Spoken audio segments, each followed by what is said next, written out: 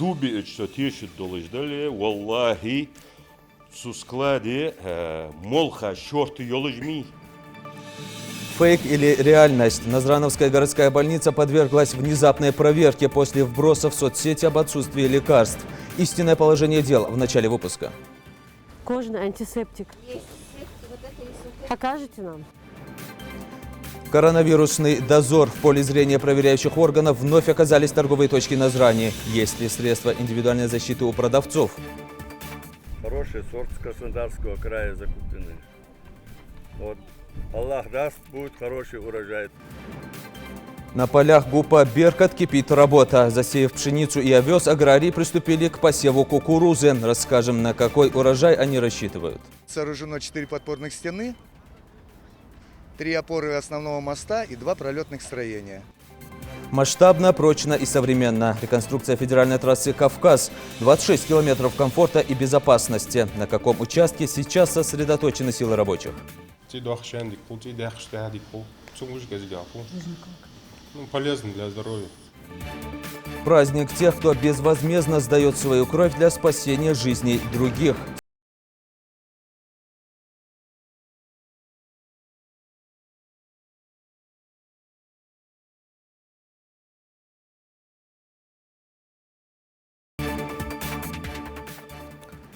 На телеканале «Ингушетия» время новостей. Здравствуйте.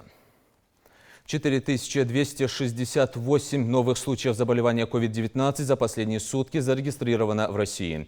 Это почти на 2000 меньше, чем накануне. Всего в стране коронавирусом болеют 47 121 человек. 405 скончались, выздоровели 3446. Ингушетия по числу больных COVID-19 уже на 12-й строчке среди регионов. По данным оперштаба, за сутки в республике выявлено 39 новых случаев. Заболевших уже 308 человек, 30 выздоровели, 9 человек умерли. Подробнее о ситуации в регионе рассказали в управлении Роспотребнадзора. На утро 20 апреля количество выявленных случаев, положительных случаев тестирования на новую коронавирусную инфекцию составило по нашей республике 308 случаев, это со дня регистрации. Из этих 308 случаев, к сожалению, у нас 9 летальных исходов, 30 человек на сегодняшний день выписаны с улучшением, но выписаны из стационара, и из тех, кто у нас оставались на дому с легкой формой, тоже выздоровели. Всего 30 человек выздоровевших, из них, из подтвержденных, 102 у нас находятся в стационаре. К сожалению, 26 человек из тех, которые находятся в стационаре, у нас проходят как тяжелые больные. Из них 11 на аппаратах искусственной вентиляции легких.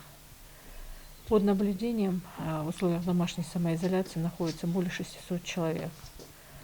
Но управление активно работает по тем лицам, которые прибывают в республику. В последнее время из-за границы практически не прибывают людей. Там вот где-то неделю назад было 3 человека, которые из Турции приехали, с которыми мы отработали ситуацию, сразу поместили их под домашнюю самоизоляцию и обследовали. А так в основном люди едут из других регионов, начиная с того времени, как было вынесено решение оперативным штабом о том, чтобы прямо в аэропорту проводить, в аэропорту и железнодорожном вокзале проводить анкетирование прибывших пассажиров и вручать постановления. Всего вручено в аэропорту 295 постановлений и на железнодорожном вокзале 132 постановления о домашней самоизоляции. При вручении этих постановлений людям разъясняются меры о том, как они должны вести себя, что они должны самоизолироваться на дому, не вступать в контакты с близкими родственниками, не выходить никуда. И в случае того, если у них как-то изменится их состояние, если они заподозрят начало заболевания, они должны сразу сообщить по телефону в нашу службу. Телефон указан на постановлениях, и они звонят. Если вдруг изменяется состояние, тогда уже мы с медиками связываемся и даем им телефон, по которому можно будет обратиться, чтобы вызвать скорую медицинскую помощь, либо территориальных медиков. Депутаты Народного собрания Ингушетии вместе с министром здравоохранения Заремой Ильяновой и мэром Назрани посетили Назрановскую городскую больницу. Поводом для проверки стали недавние вбросы в социальных сетях, что в медицинском учреждении, где сейчас лечат больных COVID-19, якобы не хватает лекарств. Так ли это на самом деле, расскажет Светлана Томова. Маски, перчатки, респираторы, противочумные костюмы – все это есть в наличии у медперсонала больницы и даже в избытке, уверяют врачи. После этого комиссия прошла в соседнее здание пищеблока, где также убедились, что продукты питания здесь в достатке. Депутаты лично смогли увидеть, что все необходимые лекарства имеются. По поводу вчерашних фейков, выложенных там обращению некой гражданки, вот, пожалуйста, вот мы находимся на складе сейчас. Но это анонимное обращение было, вот, то есть вот анальгин, вот это все, анальгин, кетопрофен, вот, ну калий хлорид, вот, то есть, вот димедрол, о котором женщина это говорит. Это вот все, полные коробки, то есть, вот, пожалуйста, вот открытый, то, что уже в отделении по необходимости берут, да, медработники. Вот, пожалуйста, немесулит, вот прозерин, вот здесь никотиновая кислота. Так, это тоже вот реактивы для анализов. Вот это реактивы для анализов, которые нужны инфицированным, вот стоят. Но реактивы, которые не требуют термического хранения, да, то есть, ну, скажем так, не портящиеся реактивы, не нуждающиеся в низких температурах. Вот, вот папаверин, о котором эта женщина говорит, как бы вот, пожалуйста, вот это все стоит. Далее депутаты, одевшись в противочумные костюмы, отправились в отделение, где находятся пациенты, заразившиеся коронавирусной инфекцией. Узнать, в каких условиях они лечатся и все ли необходимые медикаменты имеются для лечения больных.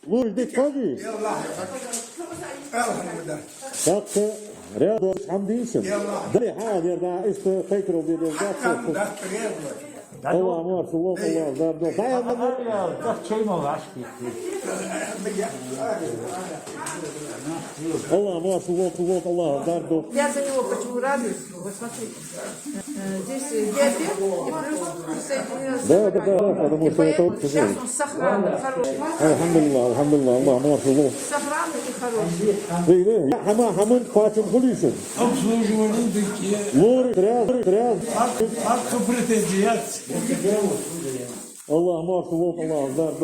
После мы пообщались с депутатами Народного собрания, которые воочию увидели условия, созданные для пациентов с коронавирусной инфекцией.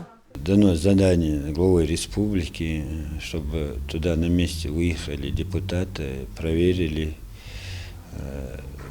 полностью собрали информацию и донесли до жителей нашей республики, так как последние вы видели в интернете, очень много слухов шли, что лекарств не хватает, что врачи не смотрят за больными. Я буду говорить честно, как есть. Насчет лекарства 100% обеспечения. То, что я увидел, питание на высшем уровне было. Питание им дают одноразово в посуде. День 3 раза. Да, родственники больных говорят, вот мы с дома принесли, отдайте нашу, они больничную еду не кушают. Но мы должны знать одно. В больнице же питание готовят персонально для больных, а то, что мы с дома тащим, курицы, говядина, в некоторых случаях невозможно же заносить в больницу. После этого мы пошли в отделение, разговаривали с больными, без главврача. Я лично сам один ходил по палатам, спрашивал, как за вами смотрят. Врачи заходят, лечат вас, как вы себя чувствуете. Все говорят, что заходят, что лечат, что лекарства, полностью обеспечение есть в больнице. После этого я, хотя главврач уговаривал не заходить в реанимацию, так как я пошел увидеть своими глазами, я зашел в реанимацию. То, что я там увидел, даже не могу это сейчас говорить. Тяжело. Там 9 человек лежало, тяжело больные. Один без аппарата искусственной вентиляции легких, а 8 под аппаратом лежало. Все были тяжелые.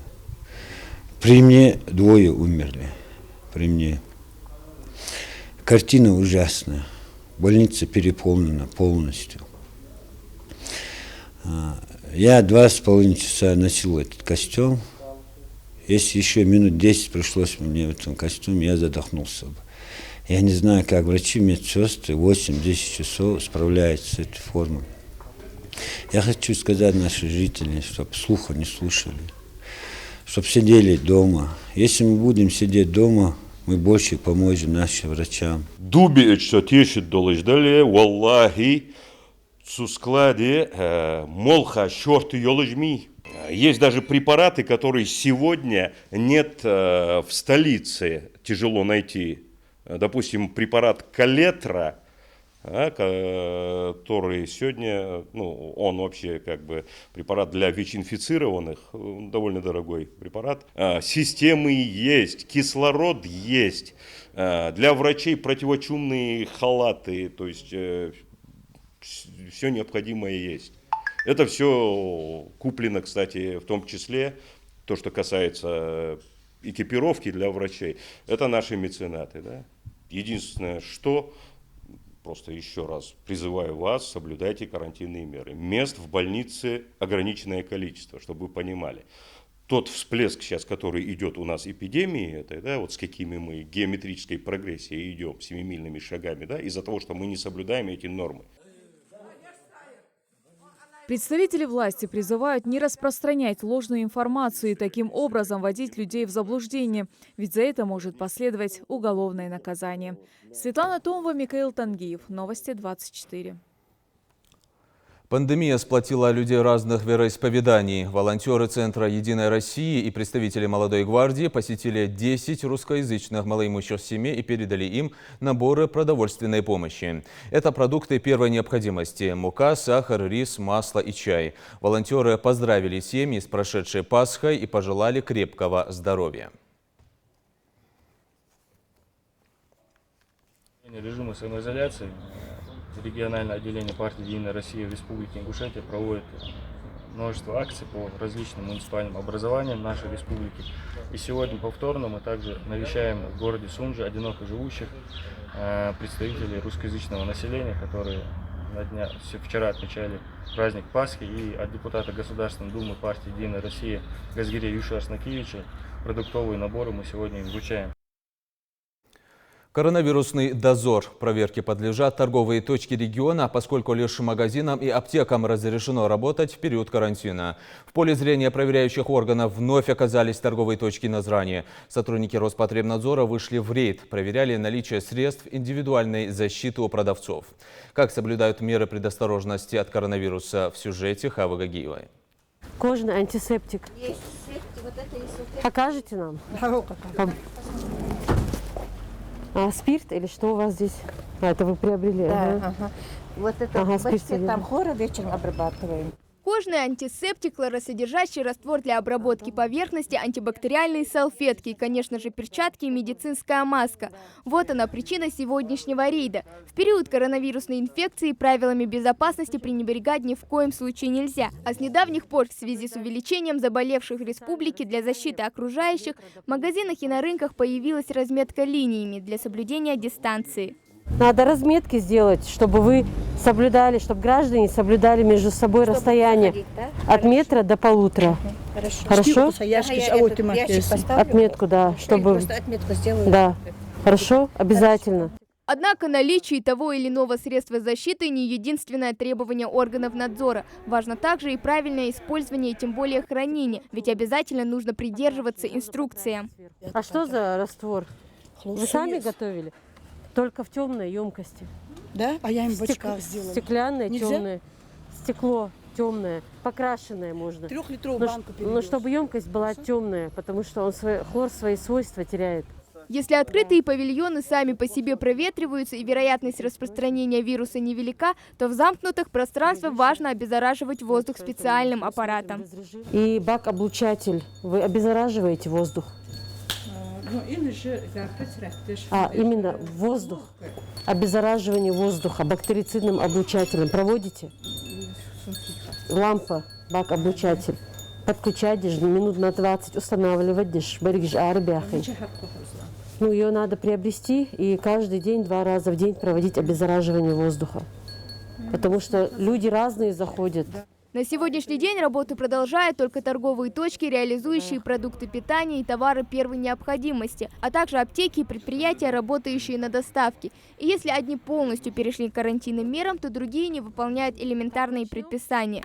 На основании требования прокуратуры Республики Ингушетия с 19 числа были начаты профилактические рейды Роспотребнадзора по торговым объектам и рынкам для предотвращения распространения вируса. В основном выявлены такие нарушения, как частичное отсутствие кожных антисептиков у продавцов. И также в помещениях, то есть в закрытых помещениях, в торговых объектах не проводится обеззараживание воздуха. Также нет отметок по социальной дистанции между гражданами. Пройдясь по всем рынкам, по всем продавцам, по этим двум рынкам, по всем продавцам, мы объяснили, что необходимо приобрести кожные антисептики для того, чтобы руки могли обрабатывать не только продавцы сами, но и покупатели.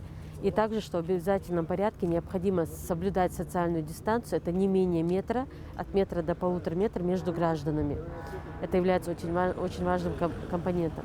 Однако на сегодняшний день все еще актуальным остается вопрос приобретения защитных средств. Ведь в период ажиотажа было все раскуплено, и винить тут можно только тех, кто скупал все в немеренном количестве. Санитарная обстановка на нашем рынке в данное время. Мы своими силами с помощью Роспотребнадзора обрабатываем данную территорию. А вот продавцов, которые у нас стоят на торговых точках, у них практически, ну не у всех, буду врать, если буду говорить, что у всех, частично есть антисептики, все практически без исключения, включая нашу охрану, все в масках, перчатках. А так люди жалуются на то, что в аптеках нету этих средств, не могут достать.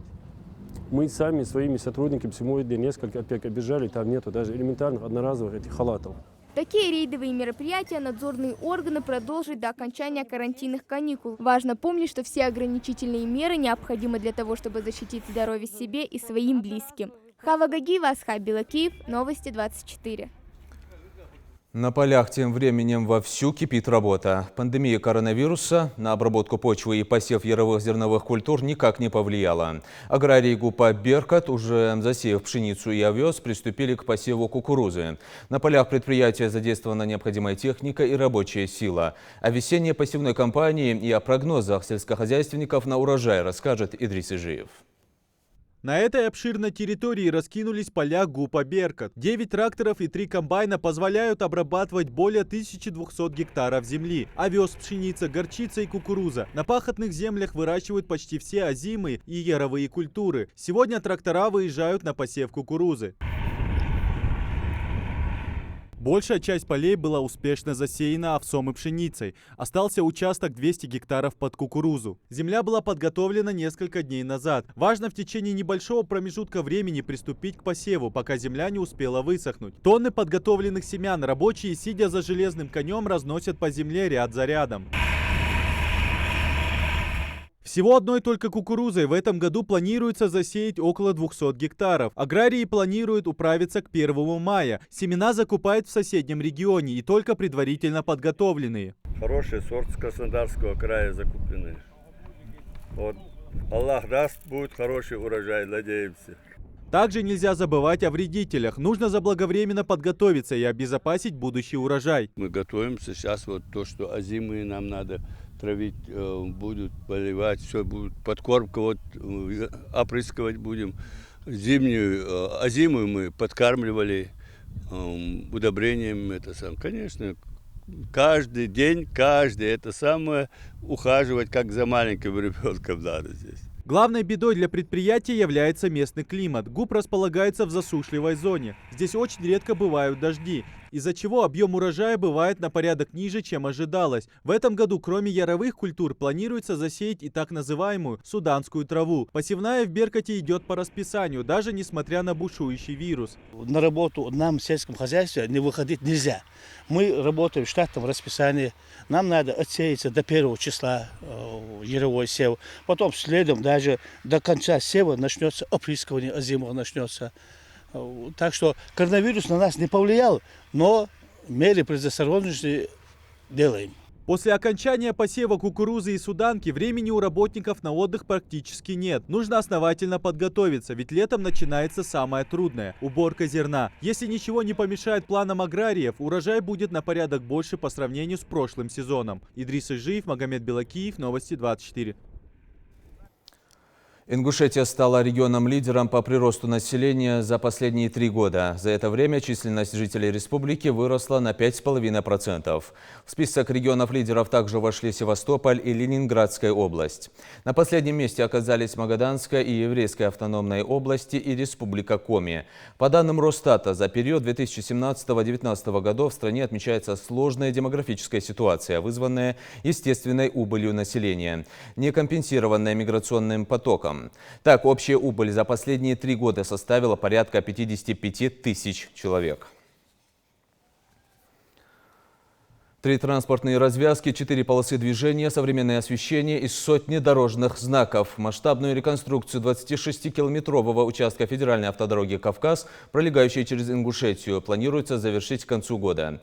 Для сдачи объекта в срок сотни рабочих трудятся, не покладая рук. Новая трасса снизит аварийность и минимизирует пробки. Где сейчас сосредоточены силы рабочих, расскажет и наш корреспондент.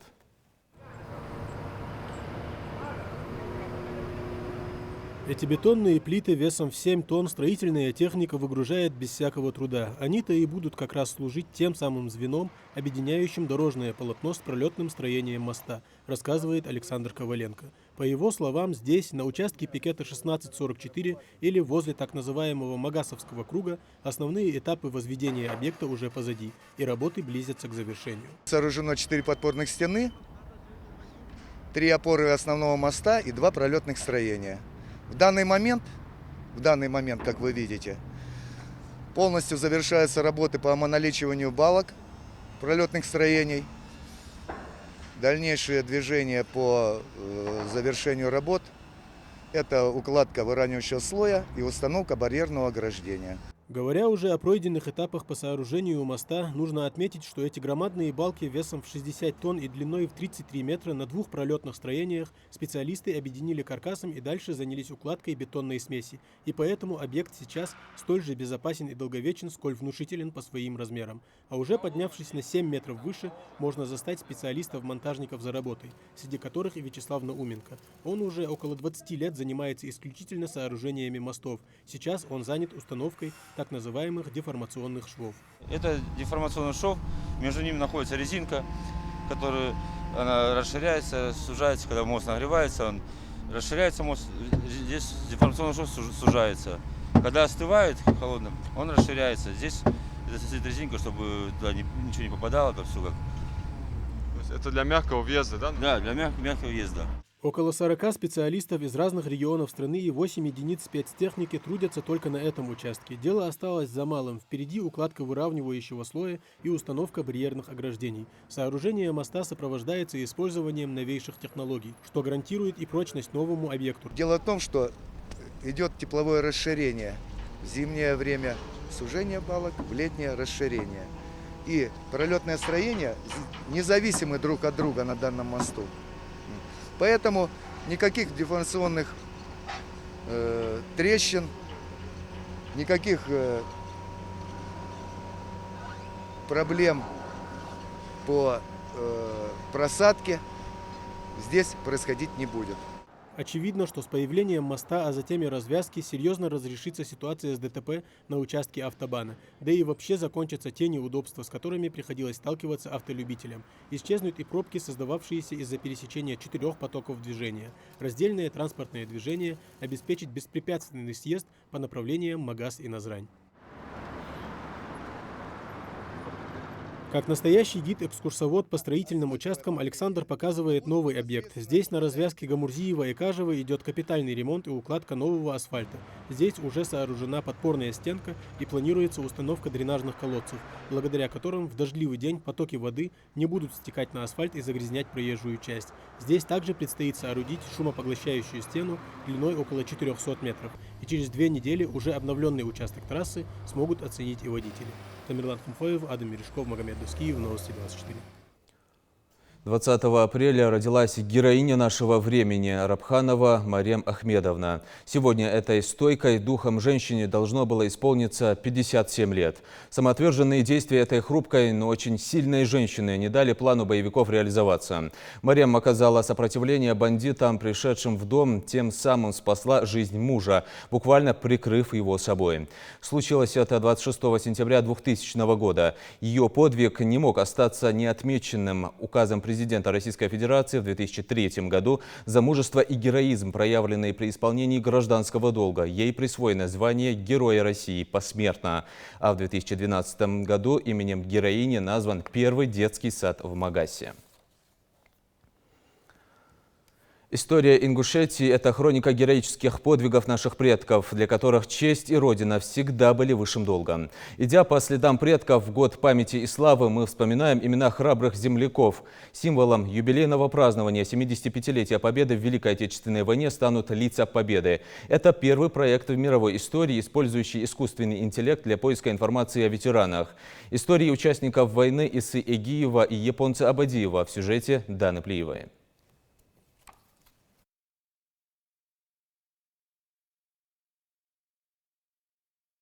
Это письмо-автобиографию ветерана войны Исы Эгиева его дочь писала под диктовку в далеком 1981 году. И несмотря на контузию и прошедшие десятилетия, ветеран помнил все до мелочей. В документе расписаны все годы и города, в которых он воевал, названия госпиталей и даже улицы, на которых они были расположены. В 1939 году его призвали в ряды советской армии, служил в Архангельске, а перед началом Великой Отечественной рядового Эгиева направили в Литовскую, а затем в Эстонскую ССР. Танкистом он прошел от Сталинграда до Днепра. Он был в Сталинградской битве, что за взятие Берлина ему дали медаль. Сразу, как они вошли в Берлин, он был один из первых среди танкистов, которые вошли в Берлин. Ему прямо на месте дали медаль. Генерал ходил, говорит, и сначала вешал медали, а документы только давали потом. 4 мая 1944 года младшему лейтенанту Исе Эгиеву, который на тот момент уже 5 лет был в рядах советской армии, зачитали письмо о депортации кавказских народов и об его отчислении из полка. Командир, не желавший отпускать бойца, посоветовал Эгиеву написать письмо с просьбой оставить его на фронте. Он воевал хорошо, первый шел в атаке, и генерал сказал, говорит, если уйдет усач, то кто мне будет в атаку водить танки? И только в 1946 году по приказу Президиума Верховного Совета младший сержант Иса Эгиев был демобилизован. Он отправился в Казахстан искать семью, которую не видел 7 лет. Обычно он про войну так не рассказывал. Единственное, помню, что когда шли какие-то великие отечественные фильмы про войну, у него всегда слезы с глаз шли. Я всегда думала, почему он так плачет. Воины-ингуши в годы Великой Отечественной войны отличились мужеством и отвагой. Каждая история жизни ветерана ВОВ – это настоящая школа жизни, пример для подражания и то, чем стоит гордиться. В списках наших соотечественников, сражавшихся в Великой Отечественной войны, есть весьма необычное имя для ингуша – японец Абадиев. В марте 1947-го он становится командиром вновь сформированного 255-го отдельного чечено-ингушского кавалерийского полка. Участвует в боях по отражению наступления в направлении Кавказа, Сталинграда и в тяжелых боях в Междуречье Доны и Волги. Это уже человек, который прошедший всю войну, получивший тяжелые ранения. На самом деле очень тяжелый, потому что у него кончика носа у него не было, потому что отсекло ему осколком. Осколочные от бомб у него осколки в голове были, у сердца был осколок, то есть ожоги по всему телу. Буквально одевался с болью, настолько вот у него тяжелые эти. Каждая из этих фотографий теперь хранится не только в семейных альбомах родственников, они украшают и стены музея краеведения. Сотни фотоснимков приносят родные и близкие тех, кто защищал свою родину ценой жизни.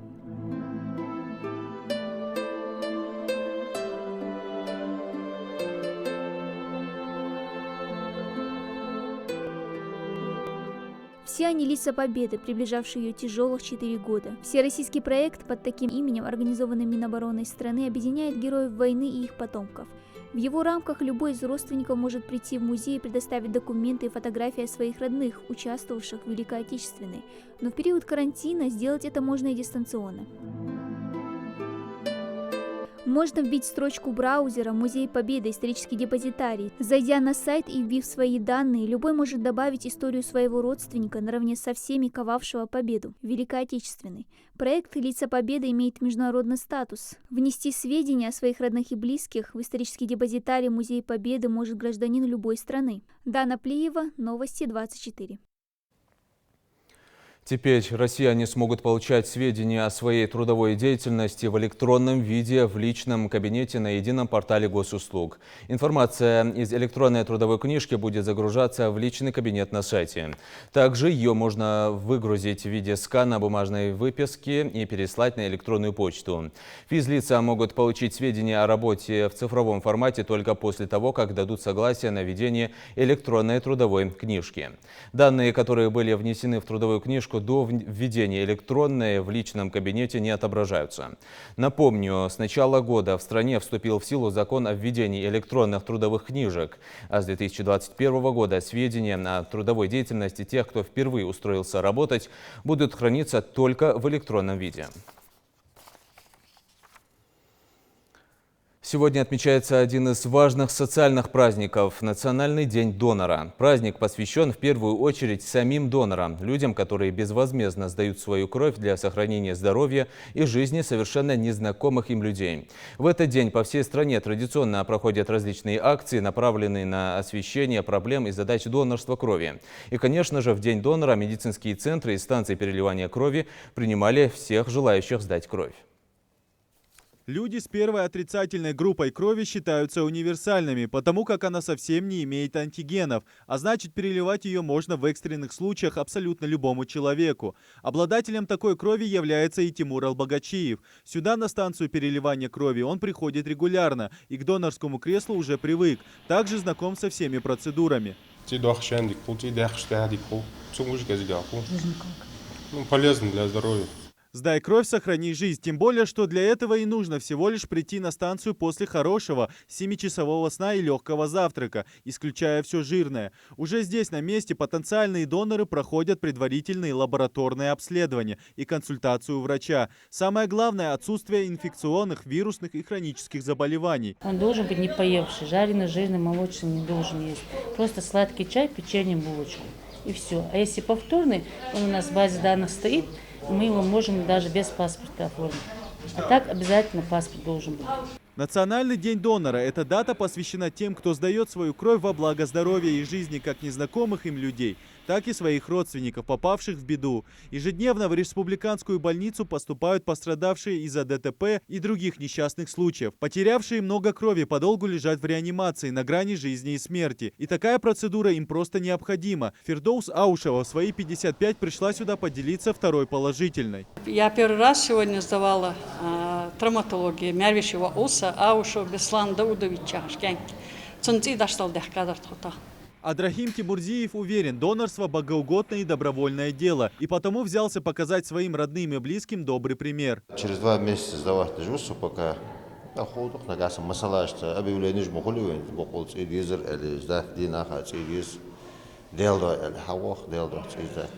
Желающих сдать кровь сегодня очень много, рассказывает Мака Тумгоева. У регистрационного окошка в ожидании своей очереди толпятся молодые люди. По словам главврача республиканской станции переливания крови, такого наплыва среди граждан сильно не хватает в обычное время. Принимаем мы с понедельника по пятницу. Мы работали также и в субботу. У нас была необходимость заготовки в компонентах крови для тяжелых больных.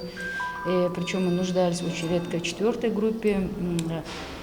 День тоже у нас прошел достаточно благополучно, потому что всех доноров, которых мы пригласили, к нам явились, смогли сдать кровь, и, естественно, мы смогли заготовить, сделать запасы крови. Несмотря на то, что сейчас идет период самоизоляции, естественно, больные у нас остаются, больные, которые есть пострадавшие в дорожно-транспортных происшествиях, есть больные онкологические, есть больные гематологические. И, естественно, они нуждаются в постоянных переливаниях, им нужны компоненты крови. И, соответственно, если нет доноров, мы не можем оказывать помощь плановую для нуждающихся. Посидеть спокойно в течение 15 минут после сдачи крови, а далее выпить сладкий чай. Таковы общеизвестные рекомендации врачей. После такой процедуры организм нуждается в восстановлении, и поэтому здесь для доноров накрыт стол. Торты, пирожные и соки в помощь обессиленному, но отзывчивому. Идрис Ижиев, Адам Мережков, Магомед Дедигов, Новости 24. Наш выпуск на этом завершен. Оставайтесь дома и на канале Ингушетия.